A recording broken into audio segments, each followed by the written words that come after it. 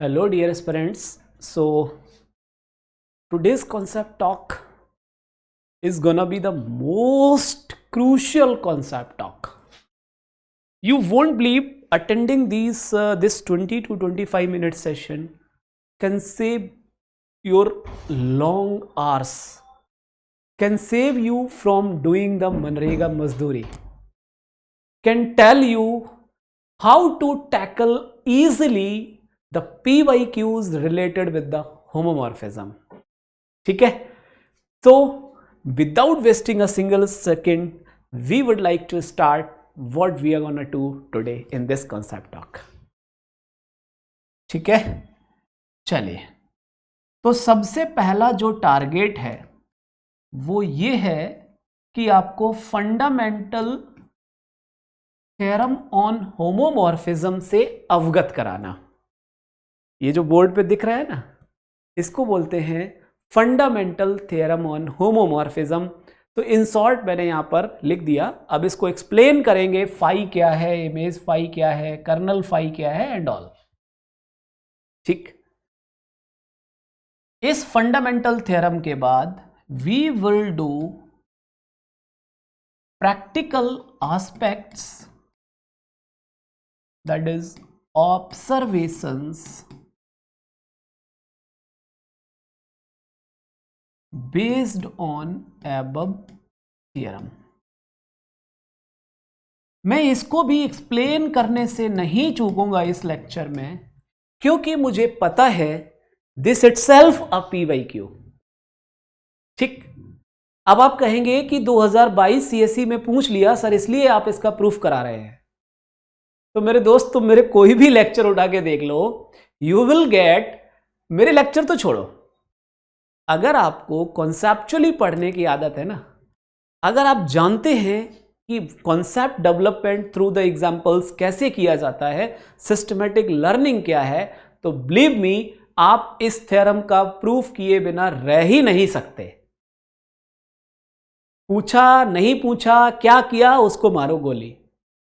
ठीक, चलिए, and we will do all the PYQs, be it CSE, be it forest services, based on above understanding. ठीक है, तो आज का ये कॉन्सेप्ट टॉक बहुत एकदम जन्नाटेदार होने वाला है. ठीक है. तो और ऐसा नहीं कि मैं यहां चीखूंगा चिल्लाऊंगा तो आपको ज्यादा समझ आ जाएगा, नॉट एट ऑल. मैं बहुत आराम से एकदम आनंद के साथ इस पूरे कॉन्सेप्ट टॉक को डील करूंगा. एक बच्चे की तरह स्टार्ट करूंगा, एक अनुभवी बुजुर्ग की तरह फिनिश कर दूंगा. That's it. चलिए स्टार्ट करते हैं.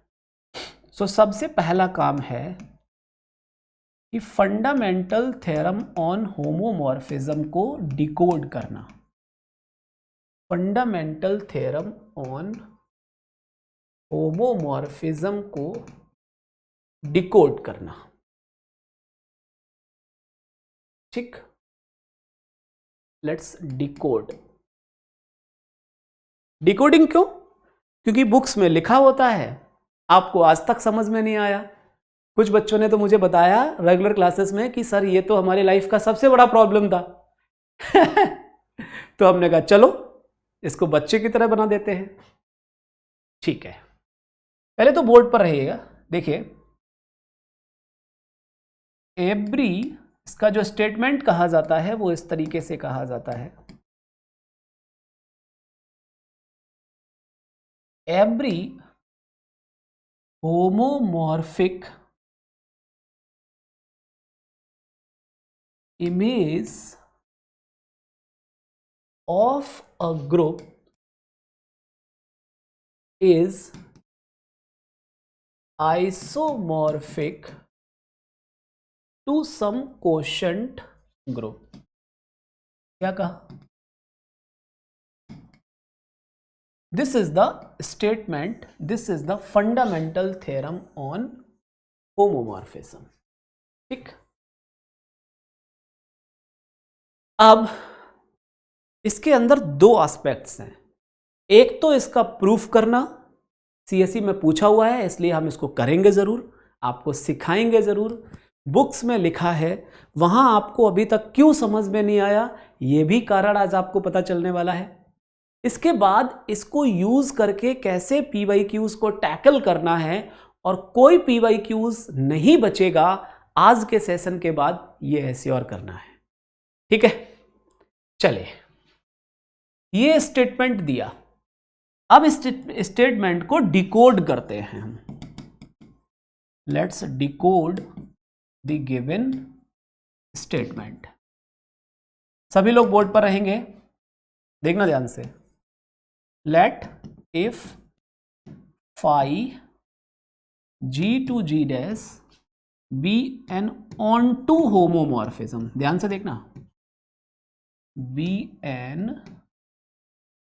onto homomorphism। अगर g से g डैश पर phi एक onto homomorphism है तो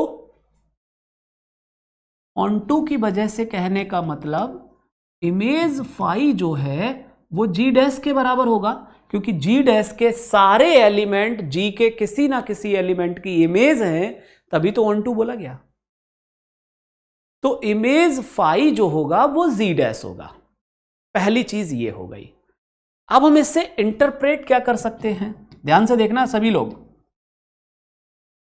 अब मान लो phi यहां से यहां पर onto homomorphism है। लेट इफ g के पास जो एलिमेंट है मान लो इस टाइप के एलिमेंट हैं, तो इमेज phi के जो एलिमेंट्स होंगे वो किस टाइप के दिखाई देंगे, लाइक दिस और नॉट। ठीक है, हमें तो पता नहीं है ना g s3 है कि g डैश s2 है, zn है, क्या है मुझे नहीं पता, मैं तो आर्बिट्रेरी पर काम कर रहा हूं। अब ध्यान से देखना, कहने का मतलब हमने क्या डिफाइन किया कि phi को ऐसे डिफाइन कर दिया कि phi ऑफ a गोज, जो phi ऑफ a जो है वो इस a का इमेज है, phi ऑफ b इस b का इमेज है, लाइक दैट। ठीक, ध्यान से देखते रहना। चूंकि phi एक होमोमॉर्फिज्म है और हम जानते हैं कि colonel phi will be a normal subgroup of G. If you have missed the previous concept talk, then I would like to suggest you, please attend that. Please attend that. You will learn lot many things out of it. I'm pretty sure about it. Since kernel phi is a normal subgroup of G, so we can construct a quotient group, ध्यान से देखते रहना, G कर phi, क्योंकि quotient group जी H define होगा तभी जब H G का नॉर्मल सब ग्रुप होगा। बोलिए हाँ या ना, जब एच जी का एक नॉर्मल सब ग्रुप होगा, यही तो बात है। चलिए अब अगर हम इसमें देखें, होमोमॉर्फिक इमेज है, राइट, जिसके बारे में हमने बात कर लिया कि हम इसको रिप्रेजेंट कर रहे हैं इमेज phi से। दूसरा एक क्वोशंट ग्रुप है जो कि मैंने आपको कंस्ट्रक्ट करके दे दिया कि जी कर phi वो क्वोशंट ग्रुप होगा। अब आपके दिमाग में ये क्वेश्चन कौंध सकता है, ये आ सकता है कि सर जी कर phi ही क्यों डिफाइन किया। तो मैं तो नहीं कह रहा हूं कि यही करना है। What I feel is what the mathematicians would have thought over it, that let's start with a normal subgroup कर phi and they have shown, क्या शो कर दिया कि g कर phi that is isomorphic to image phi। I guess उधर ज्यादा चला गया है, so let me write it again. What they have shown, g कर phi isomorphic to image phi, और उनका काम हो गया होगा। अब हम क्या करते हैं, उनके कॉन्सेप्ट को पढ़ते रहते हैं, यही तो है ना। तो मैं तो ये बिल्कुल भी नहीं क्लेम करूंगा कि मेरे सपने में आया था, ये बिल्कुल भी नहीं आया था। राइट हाँ, डिकोड इतना कर दिया कि अब आपको मजा आ रहा होगा इसके अंदर। ध्यान से देखिए, G ker phi isomorphic to image phi. अब आइसोमॉर्फिज्म के लिए what I told you, if you want to show two structures are isomorphic, ultimately क्या करना होता है? For this we will try to find the existence of a mapping f g curve phi से image phi such that f is operation preserving, f is 1 1 and f is on to. बोलिए हाँ या ना। अरे विश्वास के साथ कहिए। अब ये जो मैप खोजा जाता है, ये दोनों सेट्स, दोनों ग्रुप की पहचान को यूज करके खोजा जाता है। क्लियर है? अब देखिए यहां पर, अगर फाई होमोमॉर्फिज्म है तो जी कर फाई, मान लो कर्नल फाई को मैंने के लिख दिया, तो G ker phi is the collection of cosets. यही होगा कि नहीं होगा बताइए? कोसेंट ग्रुप क्या होता है? Is the collection of cosets of that normal सब ग्रुप इन दैट ग्रुप। तो K that you call it is kernel phi is a normal subgroup of G. So collection of all cosets of kernel phi in G, that means K in G, that will denote the G curve phi.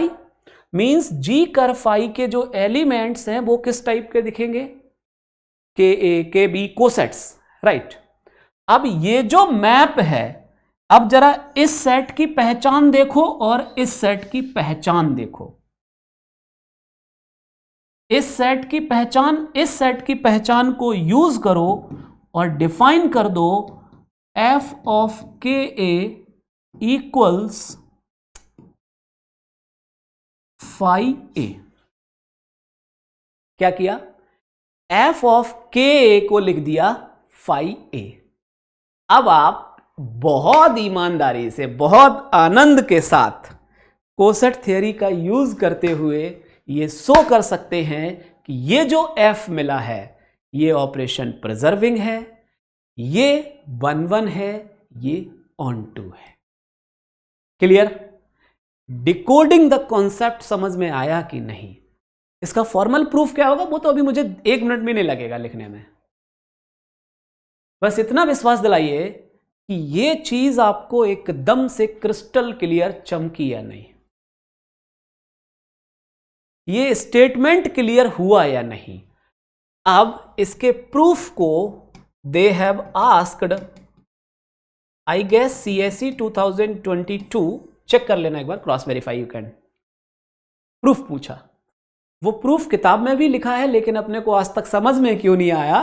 क्योंकि आपने decode करना नहीं सीखा था उसको। अब आपको चाहिए एक्चुअल प्रूफ, कोई दिक्कत नहीं है।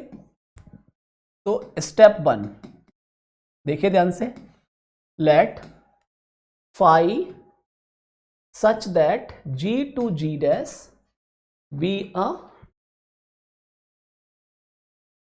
be an onto homomorphism। ठीक है, that is G dash is nothing but image phi। ठीक है, so now let's define a map f such that G curve phi to image phi by f of ka goes to phi, sorry, f of ka goes to, for a belongs to G। ठीक है, देख लीजिए आराम से। के ए क्या है? K A is a right coset of ker phi equals K in the group G. ठीक. Now we can show number first, F is operation preserving. Operation preserving क्या होता है? अगर आपको कोई दिक्कत है तो द प्रीवियस कॉन्सेप्ट टॉक 74 को अटेंड करना मत भूलिए. प्रीवियस कॉन्सेप्ट टॉक को अटेंड करना मत भूलिए. You will surely enjoy that. इतना मैं बहुत विश्वास के साथ कह सकता हूं आपसे. ठीक है. F is operation preserving. तो ऑपरेशन प्रिजर्विंग का मतलब क्या होता है? F of A b must be equals to F of a F of b. चूंकि F ऑफ ए बी कैसे डिफाइन किया है? सॉरी, F ऑफ के ए के बी. चूंकि by the coset theory we know H A composition H B is H A B. So K A composition K B is K A B. F of के A B आपने कैसे define किया है? Phi of A B.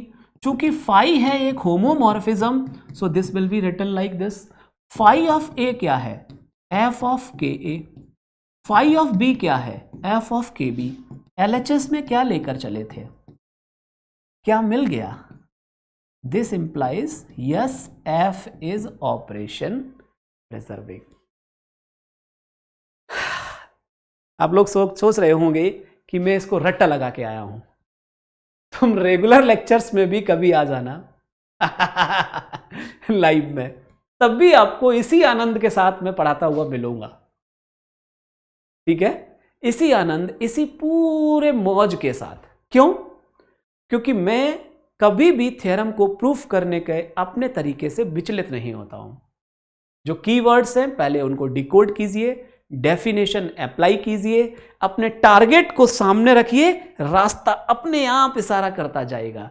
यही है algebra की beauty, यही है इस आनंद का राज. ठीक. तो अगर आप नए हैं इस कॉन्सेप्ट टॉक में, तो I would like to suggest you, don't forget to attend the previous concept talks. You will certainly learn how to enjoy the algebra, how to enjoy the geometry and whatever the topics we have done like statics and all. और enjoy करना चाहते हैं तो बाकी topics जो भी आते रहेंगे, don't forget to attend those as well. ठीक है. चलिए, तो F ऑपरेशन प्रिजर्विंग हो गया. F को 1-1 भी दिखाना है. F is 1-1. तो 1-1 दिखाने का क्या तरीका होता है? इफ यू टेक दो एलिमेंट्स का image as same, then you must get those elements as same.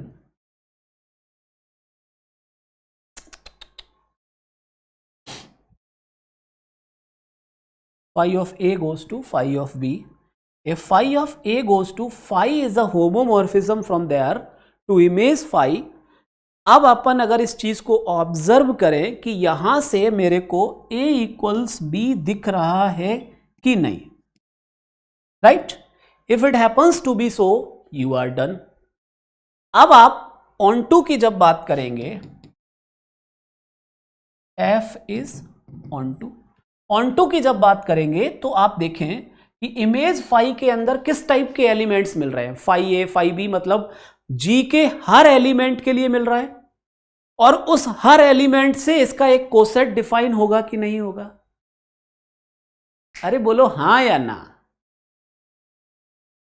इसका मतलब since there exist A belongs K A belongs to G कर phi for each phi A, so F is on to as well. ठीक. तो ये है इसका एक formal proof. अब आप ये कहेंगे कि सर एग्जाम में भी क्या ऐसे ही लिखना है? हाँ, कोई दिक्कत नहीं है इसमें, not an issue at all.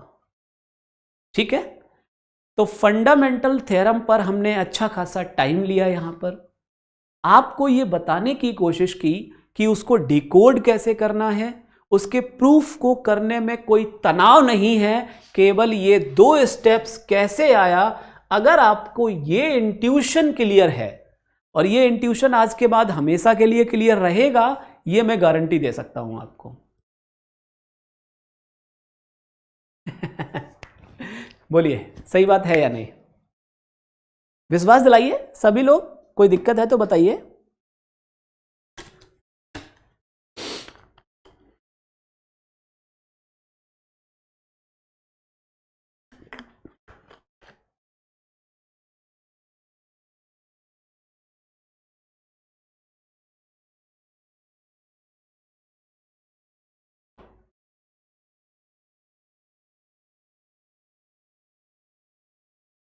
ठीक है, चलिए, तो इसको डिकोड करने के बाद अब बारी है इसके प्रैक्टिकल एस्पेक्ट्स की। तो मैं आपको एक मेंटल एक्सरसाइज यहां पर करवाना चाहूंगा, उसके बाद झूठ पूठ के जो क्वेश्चंस हैं वो आप अपने आप करने लग जाएंगे, ये मेरा विश्वास कहता है। विश्वास क्या, मेरा अनुभव कहता है। ठीक है, अगर आप कहेंगे सारे PYQs को एक लाइन में करवा देने को, सॉरी, तो मैं वो भी करवा दूंगा, मुझे उसमें कोई दिक्कत नहीं है। लेकिन आज के इस कॉन्सेप्ट टॉक को बहुत ही शॉर्ट एंड प्रिसाइज रखते हुए मैंने ये कोशिश की है कि dear fellows, fundamental theorem on homomorphism का प्रूफ कितना इजीली और कैसे किया जा सकता है, और इसके बेस पर क्वेश्चंस को कैसे टैकल करना है, अब हम उस पार्ट पे जाएंगे। So I will give it a heading, applications of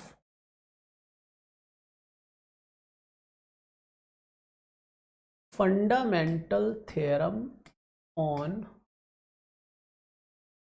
homomorphism। ठीक है, फंडामेंटल थ्योरम ऑन होमोमॉर्फिज्म के एप्लीकेशंस कैसे करने हैं, मैं आपको इसकी मेंटल एक्सरसाइज करवाना चाहूंगा।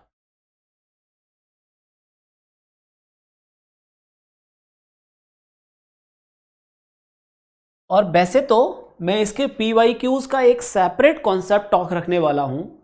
किसी भी हद के क्वेश्चंस होंगे, किसी भी एग्जाम के क्वेश्चंस होंगे, आप टैकल कर ले जाएंगे, ये मैं आपको गारंटी के साथ कह सकता हूं। ठीक। चलिए, मैं बताता हूं कैसे करना है। फिलहाल तो मैं ये मेंटल एक्सरसाइज करना बताता हूं आपको। So to find possible homomorphisms from a given group to another, वो सेम भी हो सकता है, गिवन ग्रुप। ठीक है, कैसे वो होमोमॉर्फिज्म्स हम फाइंड कर सकते हैं? हम क्या करेंगे, देखिए प्रोसीजर, ध्यान से देखिए सभी लोग। Let if phi such that G to G dash be a homomorphism, then G curve phi must be isomorphic to image phi, right? That is, we will explore about किसके बारे में? all possible normal subgroups of G dash। क्यों? क्योंकि colonel of phi जो होता है वो normal subgroup of G होता है। Now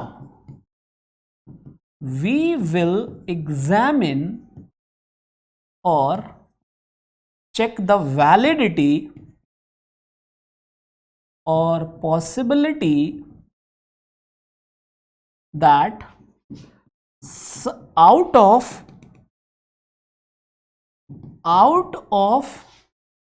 these kernels which are valid, that's it. अब उसका वैलिडिटी कैसे चेक होगा कि मान लो फॉर एग्जाम्पल, अभी मैं आपको एग्जांपल भी यहां दिखाऊंगा, आपको बहुत अच्छे से एकदम क्रिस्टल क्लियर चमक जाएगा, ये मैं एकदम गारंटी के साथ आपको वादा करता हूं, ठीक है। बहुत क्रिस्टल क्लियर। अब ये जो वैलिड है इसके लिए order of ji ker phi, क्योंकि अगर आप यहां से ऑब्जर्व करें so order of ji ker phi, क्योंकि अगर वो आइसोमॉर्फिक हैं और फाइनाइट हैं तो ऑर्डर ऑफ इमेज फाई के इक्वल होना चाहिए, ठीक। अब आप अगर यहां पर देखें, चूंकि इमेज फाई जो है वो जी डैश का सब ग्रुप है और by Lagrange theorem order of image phi must divide order of its group, होना चाहिए कि नहीं। तो हम order of G upon order of kernel phi निकालेंगे for all these possible kernels, ठीक। उनमें से जो order of G upon order of ker phi मिला वो क्या हो गया, ऑर्डर ऑफ इमेज फाई। अब ये जो ऑर्डर ऑफ इमेज फाई मिला है ये डिवाइड करना चाहिए ऑर्डर ऑफ जी डैश को। अगर ऐसा नहीं करेगा तो मैं ये बोल दूंगा कि हमने जो कर्नल सपोज किया है वो पॉसिबल कर्नल नहीं है। इसका मतलब जो होमोमॉर्फिज्म लेकर आप चले हैं वो वाली होमोमॉर्फिज्म पॉसिबल नहीं है। एकदम विश्वास के साथ कहिए आप लोग, तनाव नहीं लेना है जीवन में, बस इतना ध्यान रखिए। फंडामेंटल थ्योरम ऑन होमोमॉर्फिज्म को कैसे यूज करना है ब्यूटीफुली, आज का ये कॉन्सेप्ट टॉक इसी ओर टिल्ट है, ठीक। चलिए, अब हो सकता है ये मेंटल एक्सरसाइज आपको ना समझ में आई हो, तो मास्टर कभी भी चमकाने से पीछे नहीं हटता है। ये तो गारंटी है। एक एग्जाम्पल उठाएं और इसको विजुअलाइज करें, और वो एग्जाम्पल आप, एक तो पीवाईक्यू मैंने कर ही दिया, प्रूफ ऑफ फंडामेंटल थ्योरम, ये एग्जाम्पल भी आपका एक पीवाई, एक नहीं कई सारे पीवाईक्यूज को एड्रेस कर जाएगा, ये मैं गारंटी के साथ कहता हूं, ठीक है। चलिए, सपोज दैट किसी ने क्वेश्चन कहा फाइंड ऑल पॉसिबल, ध्यान से देखते रहेंगे सब लोग, homomorphisms from the symmetric group on 3 symbols to the additive modulo group that is Z3। आराम से देखिए और सोचिए इसके बारे में, क्योंकि मैं इसका आंसर जस्ट 2 मिनट के अंदर लिख सकता हूं प्रॉपर सब्जेक्टिव एक्सप्लेनेशन, लेकिन मैं इसमें लूंगा 3 से 4-5 मिनट एक्सप्लेन करने में, क्योंकि इसकी जो हमारी एक्सप्लेनेशन होगी वो अगले कॉन्सेप्ट टॉक में सारे के सारे पीवाईक्यूज का बैंड बजाने में एकदम से मददगार सहायक सिद्ध होगी। सॉरी। तो स्टार्ट किया जाए। Be on the board please, सभी लोग बोर्ड पर आइए, देखना ध्यान से। Let if phi such that S3 to Z3 be a possible homomorphism,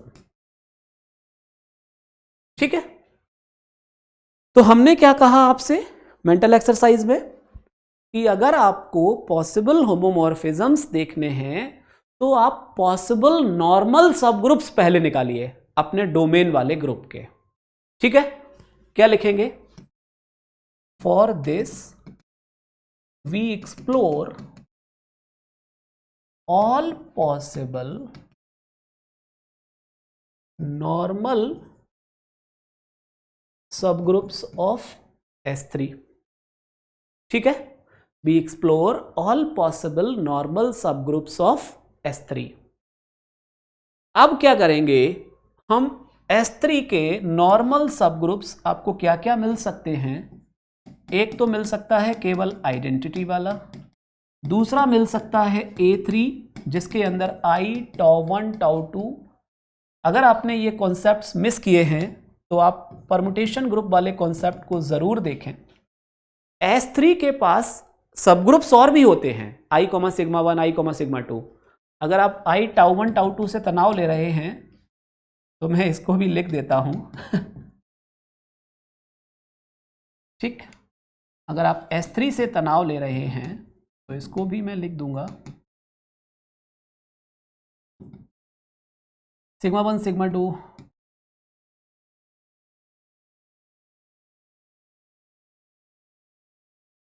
ठीक है। चलिए, अब चूंकि ये पॉसिबल नॉर्मल सब ग्रुप्स हैं S3 के, तो अगर मैं कर्नल डिफाइन करूं फाई किसी भी होमोमॉर्फिज्म का, चूंकि कर्नल नॉर्मल सब ग्रुप होता है अपने ग्रुप का, डोमेन वाले का, तो यही 3 पॉसिबिलिटी मिलेंगी कर्नल के लिए, और तो पॉसिबिलिटी है नहीं, राइट। अब देखिए case 1, let if kernel phi ले लिया n1, n1 क्या है i, this implies order of kernel phi क्या हो गया 1, इसलिए order of g ker phi that is order of S3 kernel phi that is order of S3 upon order of kernel phi, S3 का order 3 factorial that is 6, this comes out to be 6। But by fundamental theorem क्या होता है, by fundamental theorem on homomorphisms G ker phi isomorphic to image phi, this implies order of image phi is also 6 sorry, ठीक है, क्योंकि जो S3 kernel phi का order होगा वही इमेज फाई का। But 6 does not divide the codomain वाला group, so such kernel not possible, मतलब सच होमोमॉर्फिज्म नॉट पॉसिबल। विश्वास के साथ कहिए, एकदम चमका या नहीं, क्रिस्टल क्लियर वो भी ये होमोमॉर्फिज्म पॉसिबल नहीं है। अब दूसरा केस क्या हो सकता है, let if ker phi is n2 that is A3, so order of ker phi क्या मिल गया, order of A3 that is 3 only, so order of image phi will be order of G upon order of ker phi that is 6 upon 3 that is, but by the Lagrange theorem order of image phi must divide order of Z3, क्योंकि image phi Z3 का सब group होगा यहां, 2 does not divide 3, so such homomorphism is also not possible। ना तो ये possible हुआ ना तो ये पॉसिबल हुआ। एक और पॉसिबिलिटी क्या बची है, n3 जो S3 आपने लिया है कर्नल वही हो जाए। So what is the case 3,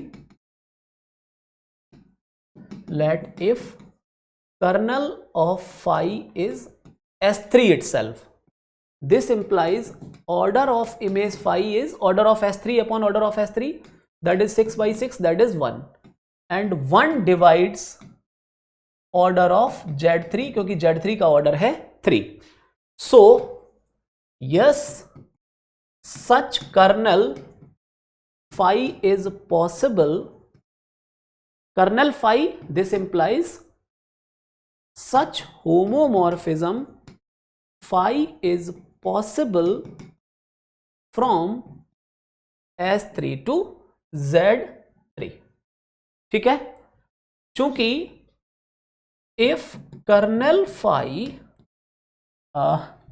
is the group G itself, then such homomorphism is called the trivial homomorphism। ये तो एक्स्ट्रा में पार्ट है, ये तो आपको पता ही होना चाहिए। So therefore इसको आप एक एग्जाम पॉइंट मान लीजिए या एक लर्निंग मान लीजिए। यहां पर क्या, from S3 to Z3 only possible homomorphism is the trivial homomorphism। एकदम विश्वास के साथ कहिए, ये बात क्लियर है या नहीं, बिना किसी तनाव के। ये बताइए कि फंडामेंटल थ्योरम ऑन होमोमॉर्फिज्म कितना महत्वपूर्ण क्यों है, कैसे आपकी मदद करता है चीजों को एक्सप्लोर करने में। पूरा विश्वास के साथ कहिए, तनाव मत लीजिए, तनाव नहीं, तनाव नहीं।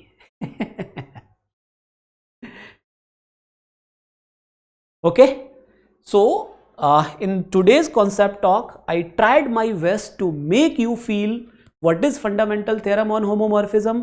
I tried to decode that completely.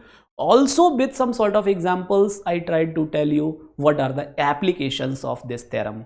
Now if you observe your PYQs, you will get n number of PYQs, and every PYQ can be tackled based on fundamental theorem on homomorphism. So in the next concept talk, I would like to address, I will detail all the PYQs related with the homomorphism, and also would like to come up with the concept of automorphism. So stay tuned, don't miss the next concept talk, you will learn definitely the things. So here if you go for the summary, the slide is not used. Here we have Z curve phi, that is Z curve phi that is isomorphic to image phi. हमने क्या किया, इसका theoretical proof देखा और इसके applications देखे, right. अब वो एप्लीकेशन बेस पर अगर आप PYQs को ऑब्जर्व करें, CSE और फॉरेस्ट सर्विसेज दोनों ही एग्जाम्स के PYQs को you can observe, you will come to know things are doable now. If you want the next concept talk to be more precise on question solving, then do let us know. I will definitely consider your suggestions. So it's enough for the day. Good luck, keep learning, keep smiling.